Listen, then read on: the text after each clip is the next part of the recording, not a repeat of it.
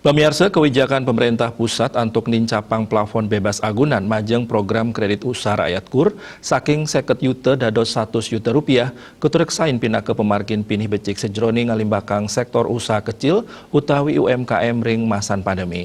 Kebijakan ini ucap talar mempotensi sidang ngalimbakang UMKM. Ketua Kadin Tabanan Loka Antara yang gerebecek ini kebijakan pemerintah melarapan penincapan plafon kredit program KUR tanpa agunan dados 100 juta rupiah. Penincapan inucap sida diglis ngelimbakang serapman KUR warsani mangkin. Asapun diketahuler sida potensi ngawinang angga UMKM Tabanan puniki ngelimbak ring tengahin pandemi. Kanan punike taler mecikang pemargin program pemerintah. Kadin Tabanan taler nguantu untuk komoditi sani kasilang UMKM ring Kabupaten Tabanan. Mang demedue pasar sane janten raris penglimbakang dana sideng ngelantur memargi. Manut dani saking perbankan, kewintenan pasar Indonesia pindah ke sesela saking bank untuk kontinuitas penyaluran KUR ke Botang Pisang mang deko reti becik. Lianan punike dani nuriksain selami puniki penyaluran KUR bebas agunan.